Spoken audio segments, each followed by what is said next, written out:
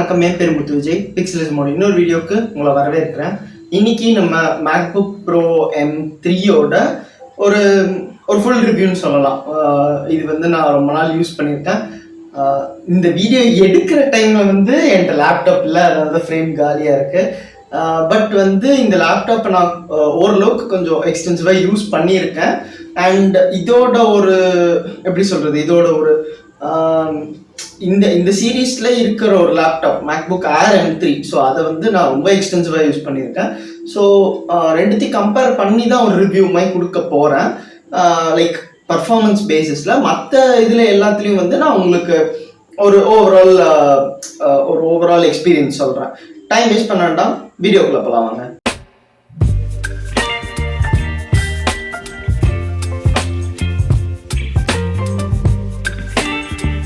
இந்த ரிவ்யூவை எவ்வளோ short and சிம்பிளாக முடிக்க முடியுமோ முடிக்க ட்ரை பண்ணுறேன். நமக்கு பீரோல் ஃபுட்டேஜஸ்லாம் இல்லைங்கிறனால லைக் எடுத்திருக்கேன், பட் வீடியோ எடுக்கும்போது நான் உங்களுக்கு ஃப்ரேமில் எதுவும் காட்ட முடியாதுங்கிறனால ஓகே வீடியோக்குள்ளே போகலாம். ஃபஸ்ட்டு வந்து build quality and design. So build and design பார்த்தீங்கன்னா நமக்கு வந்து டிப்பிக்கல் மேக்புக் டிசைன் தான். உங்களுக்கு ஏரில் வந்து நல்லா ஸ்லிம்மாக இருக்கும், இது கொஞ்சம் நல்லா பல்காக இருக்கும். நல்ல ஒரு பல்க் டிசைன், அந்த பேட்டரி இம்ப்ரூவ்மெண்ட்ஸ் கொடுக்கறதுக்கு, ப்ளஸ் உள்ள வந்து ஒரு ஃபேன் இருக்கு. ஸோ வந்து உங்களுக்கு சஸ்டைன்டு பர்ஃபார்மன்ஸ் இன்னும் லாங்கராக இருக்கும். அப்படிங்கிற அந்த காரணத்துக்காக டிசைன் வந்து இப்படி கொடுத்துருக்குறாங்க. ஃபுல் அலுமினியம் ஃபினிஷ் தான். நீங்கள் வந்து பார்த்துட்டு இருக்க கலர் வந்து ஸ்பேஸ் கிரே. ஸோ வந்து டிப்பிக்கல் ஒரு மேக்புக் ஒரு கலர் தான். எனக்கு ஸ்பேஸ் கிரே பிடிக்கும், நீட்டாக சட்டிலாக இருக்கும்.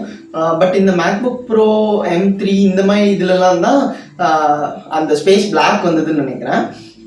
ஓகே, நம்ம வந்து மறுபடியும் இங்கே வரலாம்.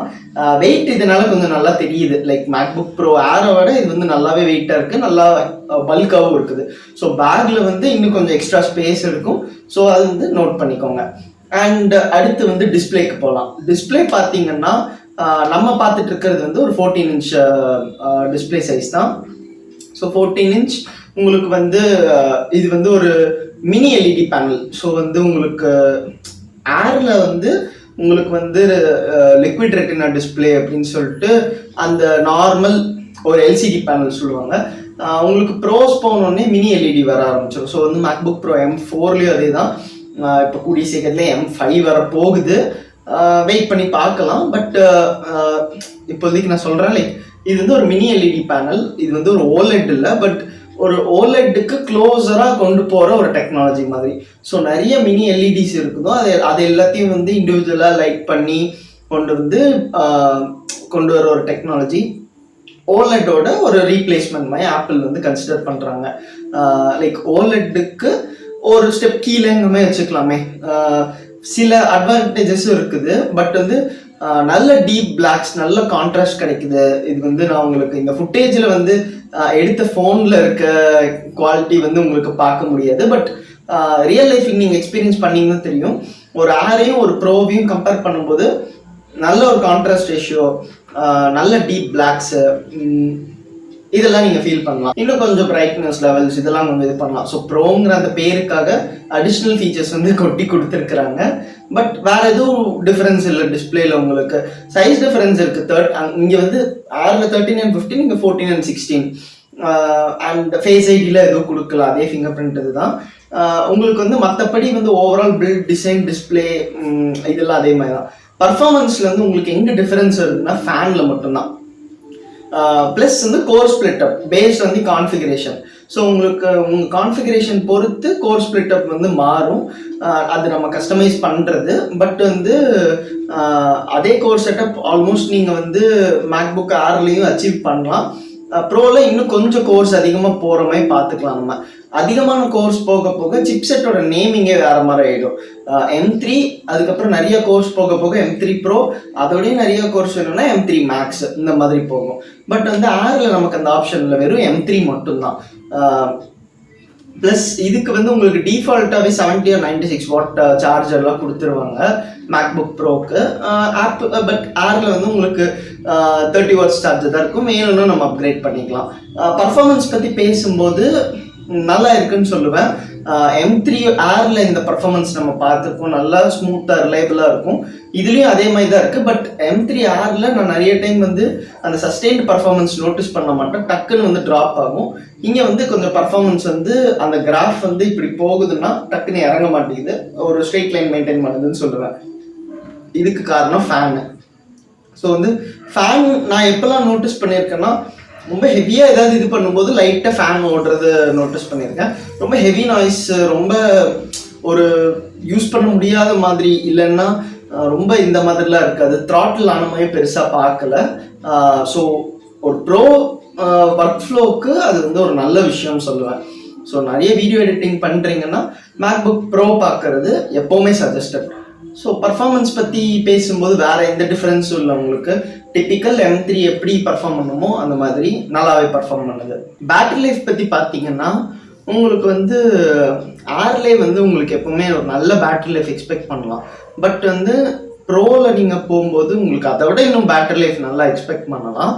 ஸோ சாலிடாக இருந்தது பேட்டரி யூசேஜ். நல்லா லைட் யூஸ்லாம் பண்ணால் லைக் ஒரு நாளைக்கு இவ்வளோ தான் யூஸ் பண்ணுவேன் அப்படி இப்படின்ட்டு இருந்தால் சார்ஜ் போடுற அவசியமே எனக்கு வரல.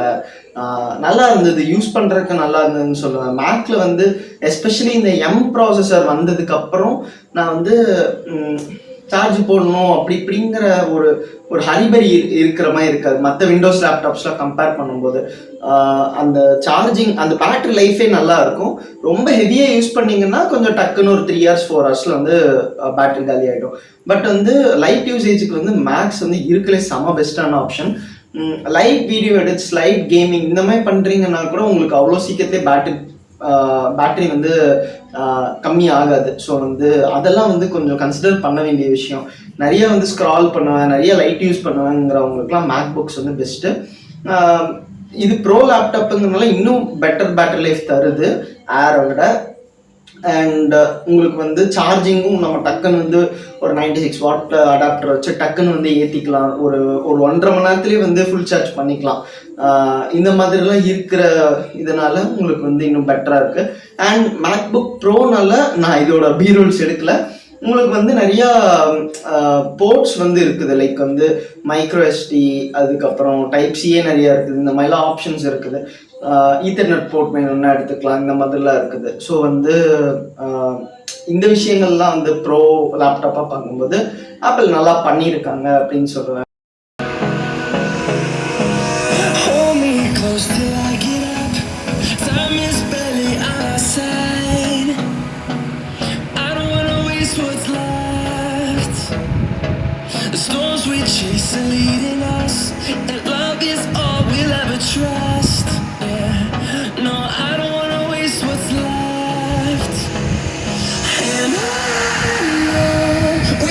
பொதுவாகவே நான் வந்து ஒரு ஆப்பிள் ஃபேன் பாய்ன்னு சொல்லலாம், பியோர் ஃபேன் பாய்ன்னு சொல்ல மாட்டேன். ஏன்னா வந்து ஈக்குவலாக எல்லா பிராண்ட்ஸ்க்கும் கொஞ்சம் இது பண்ணும். பட் ஆப்பிள் மேலே ஒரு பார்ஷியாலிட்டி இருக்குன்னு சொல்லுவேன். பட் அதை நான் வீடியோஸில் காட்ட மாட்டேன். நான் அது வந்து கொஞ்சம் ஸ்ட்ரெயிட் ஃபார்வர்டாகவே சொல்லிடுறேன். ஆப்பிள் வந்து எனக்கு ஒரு பிராண்டாக பார்க்கும்போது ஒரு சூப்பர் பிராண்டுங்கிற மாதிரியும் இருக்கும். ஏதாவது ஒரு ப்ராடக்ட் வாங்கும் போது ஆப்பிளோட ஒரு ஆப்ஷன் வந்து கண்டிப்பாக சாய்ஸ்குள்ளே வரும். அது வந்து ஒரு ஃபோனாக இருக்கட்டும், டேப்லெட்டாக இருக்கட்டும், வாட்சாக இருக்கட்டும், ஒரு டிவி பாக்ஸாக கூட இருக்கட்டும், இதெல்லாம் பார்க்கும்போது. ஸோ வந்து அப்படி பார்க்கும்போது மேக் புக்குங்கிறது ரொம்பவே ஒரு ரிலேபிளான ஆப்ஷன்னு சொல்லுவேன். For working professionals, for productivity users, இந்த மாதிரி உங்களுக்கு ஸ்டூடெண்ட்ஸ்க்கு வந்து மேக் செட் ஆகுமான்னு கேட்டால் ஸ்டூடெண்ட்ஸ்க்கு தான் அவங்க நிறைய ஆஃபர்ஸ் கொடுக்குறாங்க. பட் இந்தியன் எஜுகேஷ்னல் சிஸ்டம் படி பார்க்கும்போது நிறைய பேர் வந்து நிறைய சாஃப்ட்வேர் வந்து லைக் கிராக்ட் வெர்ஷன் அந்த மாதிரி எதாவது டவுன்லோட் பண்ணுறாங்க. ஸோ அதெல்லாம் வந்து மேக் மோஸ்ட்லி சப்போர்ட் பண்ணாது. அண்ட் பிளேஸ்மெண்ட்ஸ்க்குமே பார்க்கும்போது எனக்கு நல்லா ஞாபகம் இருக்குது, என்னோட கிளாஸ்லேயே ஒரு பையன் வந்து ஒரு மேக் புக் ஆர் M1 வச்சுருந்தான். ஸோ பிளேஸ்மெண்ட்ஸ் சில டெஸ்ட்டுக்கெலாம் வந்து அந்த மேக்கில் அட்டன் பண்ண முடியாது, அதாவது மேக்குக்கு அது சப்போர்ட் ஆகாது அந்த சாஃப்ட்வேர். ஸோ அந்த மாதிரிலாம் சில காம்ப்ளிகேஷன்ஸ் இருக்குது. ஸோ நான் மோஸ்ட்லி வந்து ஒரு ஸ்டூடெண்ட்டாக படிக்கிறாங்கும்போது மேபி அப்ராடில் வந்து செட் ஆகும். பட் இந்தியன் ஸ்டூடெண்ட்ஸ் இவங்களுக்கு வந்து நான் மோஸ்ட்லி வந்து நீங்கள் வந்து அவ்வளோ ரேட் போடுறீங்கன்னா மேக் பார்க்காதீங்க.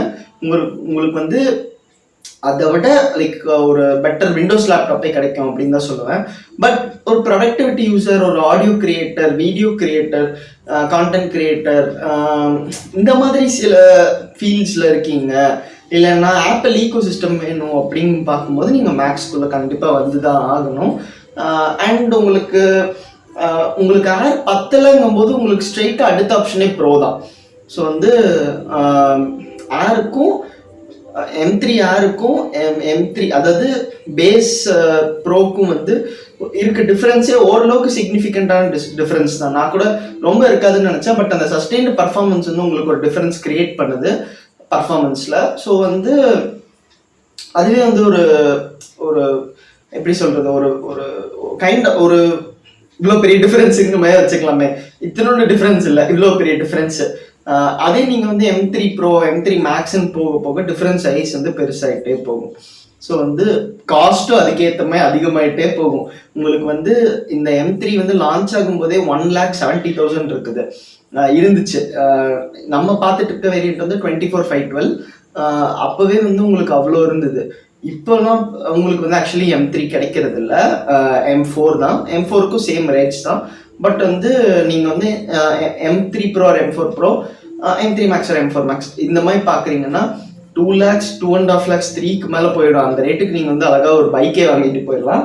ஒரு லேப்டாப்பில் அவ்வளோ இன்வெஸ்ட் பண்ணுமான்னு பார்த்தீங்கன்னா based on your work flow தான் நான் சொல்லுவேன். ஸோ மேபி ஒரு 1 lakh, ஒரு 80,000க்கு ஒரு மேக்புக் ஏர் வச்சுட்டு ஒரு 1.5க்கு வந்து இவங்க bro line up start up பண்ணால் கூட ஓரளவுக்கு ரீசனபிளாக இருக்கும். அதுவுமே கொஞ்சம் காஸ்ட் ஜாஸ்தி தான், பட் வந்து ஓரளவுக்கு ரீசனபிளாக இருக்கும். இப்போ வந்து ஒரு லீக்ஸ் நான் கேள்விப்பட்டிருந்தேன், A18 Pro வச்சு ஒரு சீப்பர் மேக்புக் கொண்டு வர மாதிரி ஒரு 60,000க்கு அப்படிங்கிற மாதிரி. பட் அதுவுமே வந்து ஒரு ரேட் அதிகமான ஆப்ஷனுங்கிற மாதிரி தான். 60,000க்கு நீங்கள் அழகாக ஒரு i5 R even i7 laptops கூட நீங்கள் எடுக்கலாம். பட் ஆப்பிள் வேர்ல்டில் இதுதான் ப்ரைஸிங். ஸோ உங்களுக்கு இந்த M3 வந்து இப்போ அஃபிஷியலாக ரீட்டைல் ஸ்டோர்ஸில் வந்து கிடைக்கிறது கஷ்டம். ப்ரொடக்ஷன் யூனிட்ஸ் லைக் ஸ்டாக் இருக்காது. பட் ஃப்ரெண்ட்ஸ் யார்கிட்டையாவது இருந்து இது பண்ணுறீங்க, பட் ரேராக ஸ்டாக் கிடைக்குது அப்படின்னா மேபி ஒரு 1.2 to 1.3ல நீங்கள் எடுக்கிறீங்கன்னா இது ஒரு குட் பையாக இருக்கும் அப்படின்னு சொல்லுவேன் நான். ஒரு M3க்கும் M4க்கும் ரொம்ப பெரிய டிஃப்ரென்ஸ் இருக்காது. பட் அந்த பர்ஃபார்மன்ஸ் உங்களுக்கு அந்த ஒரு ப்ரோ லேப்டாப்புங்கிறதுனால அதோட பெனிஃபிட்ஸ் எல்லாம் நீங்கள் கெயின் பண்ணிக்கலாம். ஸோ அதுதான் சொல்கிறேன்.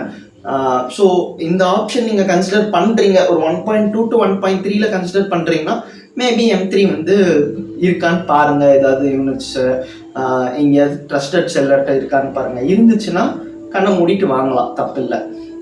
இதுதான் வந்து இந்த மேக்புக் ப்ரோ M3யோட ஒரு ரிவ்யூ.